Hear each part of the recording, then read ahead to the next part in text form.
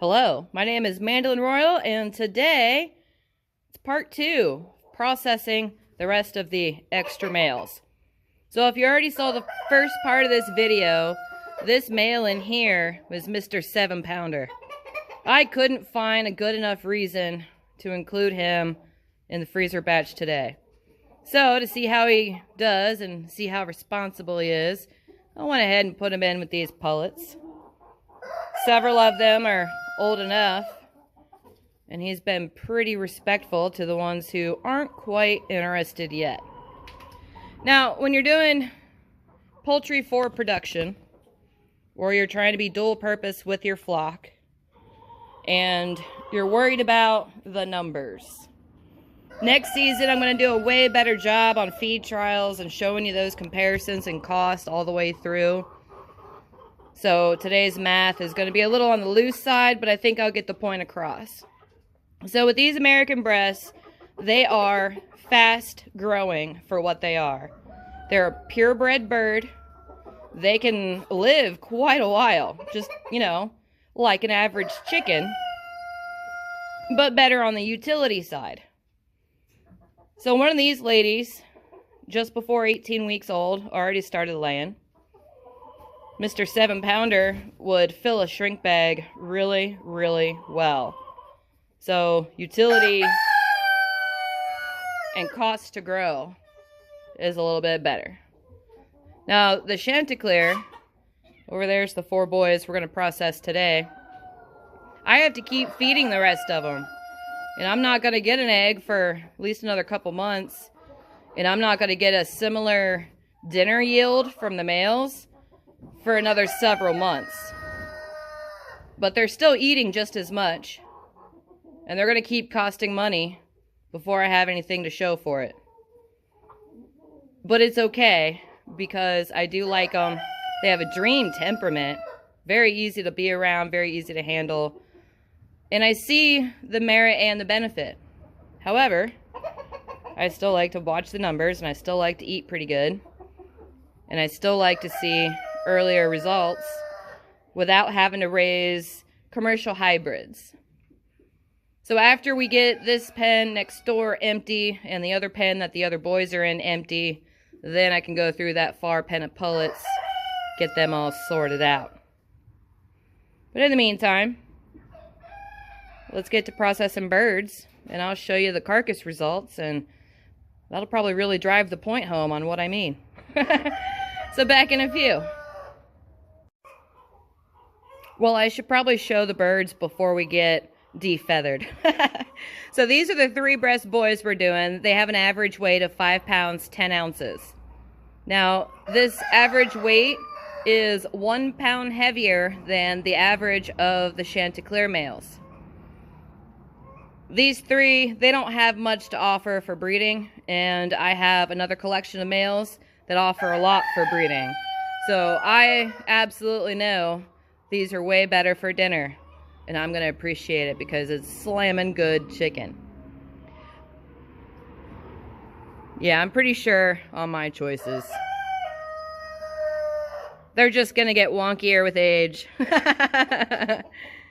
Alright, so there's one Chantecler I was kind of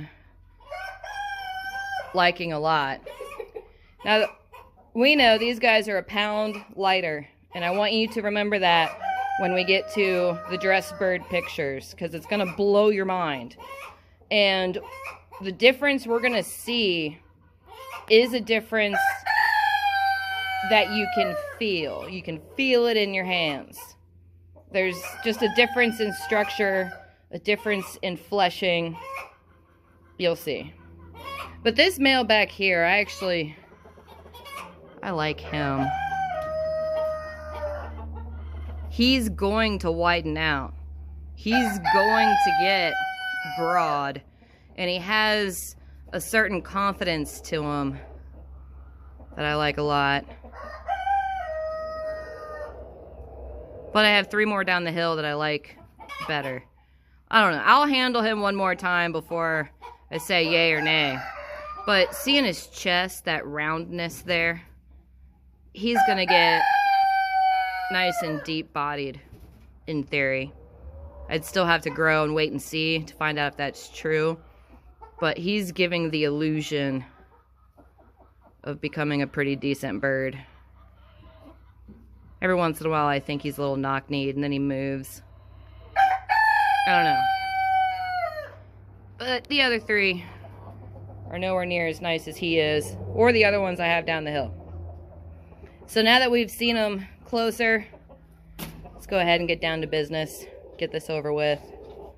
It's never a fun day for this part, but it's a necessary day. Alright, back at it. Alright, so we have the best Chantecler male here on the left, and the best American Bresse here on the right. I'll do a group shot here in a bit, but first I want to talk about what's similar and what's different. Now, if you see the patchiness on the skin here, this is what can happen if your scald water gets too hot. You'll pre-cook a little bit. That was unintentional, but it's worth noting that you should check the temperature of your scald water before you do each bird so that you know if your scald water got a little too warm. Our preferred scald water temperature is between 150 and 155, somewhere in that range. And you can tell by how easy the feathers pluck if that was right or not. They should come off easy and like butter. Feathering wise, they're about the same. Texture wise, in terms of rigidity of tissue and stuff, like when we remove the neck, that was the same. Now, cost to grow, also about the same. But remember when I was talking about that 1 pound difference between the two?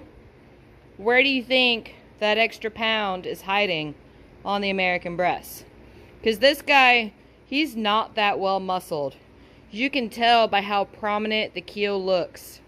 So when I'm handling and sorting birds, I am feeling this under the feathers before these decisions are made. And he was lacking, which means from the breeding angle, I want him to be a little bit meatier, and that's why Mr. 7-pounder got a pass, because you couldn't feel his keel. He was way fuller in this very important region here. Now, when you talk about the structure, width is a cross. The width on this bird isn't that far off. But again, there's not much here for breast meat. Not on any of them. But that's alright, because I know when to look for it and how to select for it. And I start looking for breast meat when they're 3 weeks old. I start early. I sort early. And then I give them time to grow to check out the rest of their details. Because I am the most interested in having the extra cull birds be a meal. And since I'm pretty serious about that, I stalk their growth as they're growing, and I handle them often to see what they're feeling like. So the keel is this middle bone of the breast.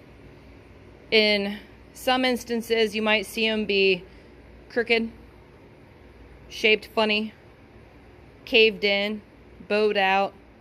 A lot of different keel issues can be observed, and that will absolutely impact what they look like in a shrink bag. If you're looking to get a marketable carcass, your keel integrity matters a lot, because it's presentation. Now, in the spirit of presentation, it's why I'm also looking for those wider bodies that are good on fleshing. Most people prefer the breast meat. And if you've had very many home-raised chickens, you might know why. If you haven't done it yet, well, the thighs can be a little tougher and a little firmer than what you're used to from a store-bought Cornish cross or Cornish cross in general, because that age difference very much affects the texture. The gender of the bird also versus the age affects the texture. So for the last 2 months, and for every single bird after today that I still have, they're going to carry a cost monthly of about $3.75 per bird. So every bird that I want to wait and see on is going to carry that $3.75 cost per month. With winter coming, I want to make sure it's worth it. So that's why we did last call today, to make sure I'm only carrying over the best birds. And those who were not the best, well, we still utilize them. Now, to get into the structure, I went over the width, touched on fleshing a little bit. Fleshing is also in the thigh. I do like thigh meat, and I cook it separately sometimes. If I'm not doing a whole roaster, I'll cook meals to suit based on the part of the bird it came from. If I'm doing a whole roaster, that's something I'm going to cover this winter as I go through what's in the freezer to teach you those little differences of heritage homegrown meat and how it should be treated differently than store-bought or Cornish cross. So I left the feet on as our tell of who's who, because they were pretty similar. Now, body capacity is the inside of their carcass. And body capacity is very important to their health and their ability to grow. You want as much room inside as possible for their organs to work efficiently. If they're too tight, if they're too pinched, it's going to cause nothing but problems. So that body capacity is influenced by length, depth, and width. Depth-wise, Chantecler are a lot deeper. They did have that going for them. But I think the body width matters more for the rest of the presentation, and especially how much breast meat you get. Another important aspect is their bone spacing. Bone spacing is measured from the end of the keel, right here, up to the pin bones, which are right here. So when you see me with a live bird and sorting, I'm looking for 3 fingers. This one's 3 fingers and a little play. This one is also 3 fingers and a little play. There's 2 pin bones on either side of the vent. For cockerels, you want it at 2. There's 2 for the Chantecler. There's 2 for the American Bresse. So that's the same. That extra 1 pound of weight is in the thigh meat and the breast meat. It's all very interesting. Now, length of keel also matters. There's a little point here you can feel under the feathers.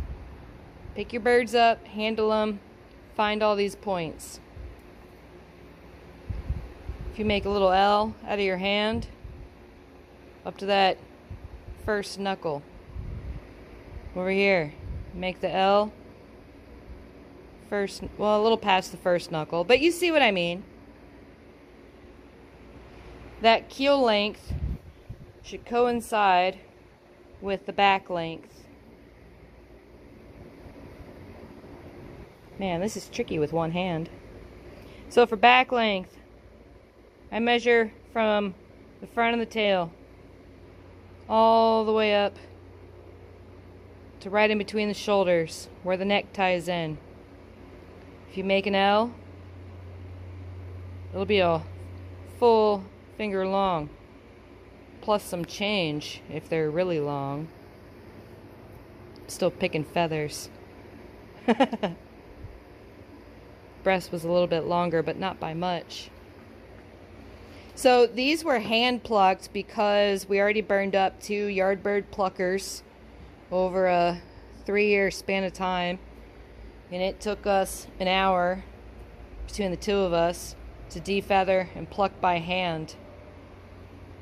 If your scald water's the right temperature, you'll get a nice clean finish and easy removal of feathers. If your scald water's a little too warm, well, you might get that. That's alright. Now, when you read through a breed standard and you go line item by line item of this or that trait, because a breed standard goes over back length, the chest, everything.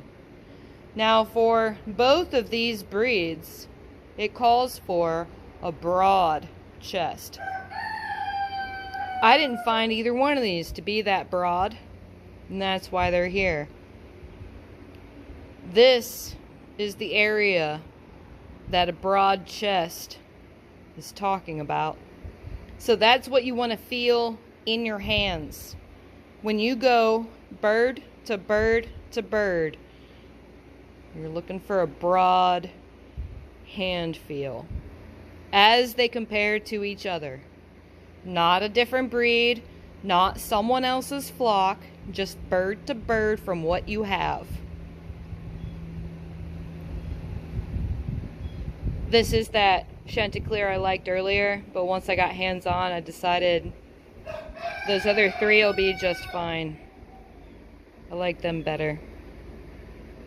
So I don't want to spend too much time on this because I still have to gut them out and I still have to finish the process. But I want you to see where they're similar, where they're different, and where that extra pound of meat is. But all in all, it's a pretty good yield. We got a lot of meals out of these guys. Now, as far as cost, for the last 2 months, they've been eating pretty good. And every bird I've kept to keep on growing over winter, they carry a cost of $3.75 per bird. So I really hope I made my effort worth it. I really hope the pullets pan out, and I really hope that they're worth it. As far as dinner goes, this was worth it because I stopped their growth just shy of 18 weeks. They'll be a full 18 weeks on Friday. Today's Tuesday. It's close enough. And now they're off the feed bill. So next season, I really do want to spend more time nitpicking the further details. Now, I put a wing band on each individual Chantecler, and I weighed them every couple of weeks for a little while. So I have growth history on each bird. And the birds I preferred early, they got a yellow band. One of the ones in the cooler has a yellow band, so that means he didn't pan out the way I was hoping. I didn't do it on the Bresse, not this batch, because I can only pay attention to so many things at a time. Wing bands are neat because you apply them one time and they stay there for the duration of the bird's life. They stay on after processing. That's pretty cool if you're the nerdy type and you want those notes. Those notes are important. I'm not yet prepared to share my notebooks. I want you guys to figure out the value of keeping them, and I want you to start your own. As far as what's inside my notebooks, we'll get there. Can't share all my secrets at once, especially when I'm still learning, especially since I still need to make sure that what I think is true really is true. But big pile of dinner today. A little more work to be done. Pretty pleased, mostly, with the results. So I'm going to go ahead and keep working, get these finished out and bagged up. And then we're going to move on to cooking videos. What good are these birds if you don't know how to cook them for the best results? because these aren't store-bought. There's some nuance to it.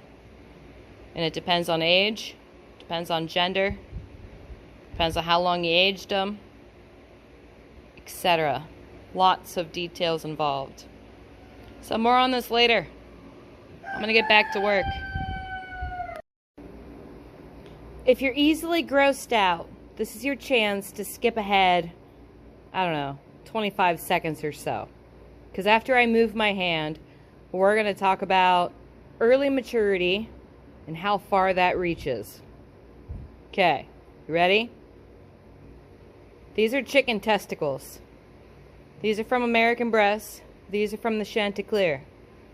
We already know there's a big difference in growth rate, and it goes as far as this. These guys already getting randy. These guys waiting on further maturity. Just thought I would add that little detail as I'm going through and gutting. Now that I'm done with that and I saw that it was the same from bird to bird, from breed to breed, now we'll get into the results. Alright, so here's the whole collection. The 4 Chantecler across the top and the 3 American Bresse along the bottom. I have roughly something like $10 or $11 in feed into each of these birds. Some of them were more worth it than others. And if you do your own math and track your consumption and track your yields, you can figure out where you're at. But that's an important part of noting, how long should I let them grow? Well, how big do you want them to be? How much do you want that to cost? What is their feed conversion? Etc. So I went ahead and weighed them after getting them all the way dressed down. There's no neck, there's no innards, no feet to confuse that measurement. They're as cut down as they can be. So I ordered them largest to smallest in how we're looking at them right now. So we have biggest versus the biggest on down the line. But as far as what the dressed weights were, I should have paid attention to the order of live versus dress, but I didn't. I'll do that next time. So we know the Chantecler were all an average of 4 pound 10 ounces, and the Bresse were all an average of 5 pound 10 ounces live. And our dress weights, 3 pound 10 ounces for this guy here. Looks better than what we actually got. Only one of the Chantecler crossed 3 pounds. 3 pounds 3 ounces for this guy right there. Now the math is only part of this. Numbers matter. However, these chicks hatched here, they grew here, I cared for them for 18 weeks just about, and now we're here, now we have dinner. And that's pretty amazing to me. That actually feels really good. I have a whole new flock of replacement pullets. I have a breeding plan for next season to do better than this. And I already have a new bag of the Fertrell supplement on hand to improve my growth rates, because nutrition matters. Genetics, it's a big part of it. Nutrition, also a very big part of it. So if you haven't looked into nutrition, I would highly encourage you to do so that you can further dial in and get better as you go. There's a lot of parts and pieces.